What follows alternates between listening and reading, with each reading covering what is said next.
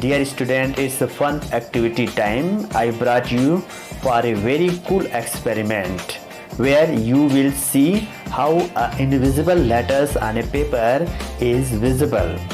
Just enjoying and show this magic among your all friends.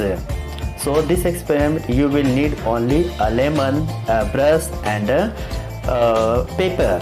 Just follow this step.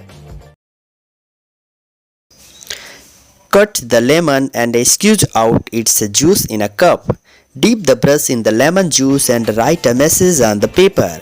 Let the paper dry and you find that the letter of your message become invisible. Now press the paper with hot iron.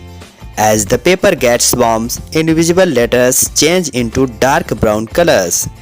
Is this process irreversible or reversible?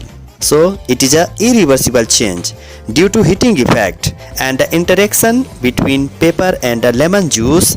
It gives brown color to the letters and then it is visible. This is my creation. Hami Navodaya ho. Just do it. Definitely you will enjoy a lot.